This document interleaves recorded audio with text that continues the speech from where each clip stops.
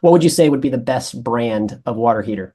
So part of like the part side of it is like regionally, like what kind of support they have in that region, because some areas have like parts availability for certain manufacturers. But for us, we're in Maryland. Usually, like if you want a professional grade water heater, you go to the supply house. Like, so for manufacturer, we really prefer State and A.O. Smith. Those are the two big ones we put in. They own each other. I can't remember which one. I think it's A.O. Smith bought State or State bought A.O. Smith, one or the other.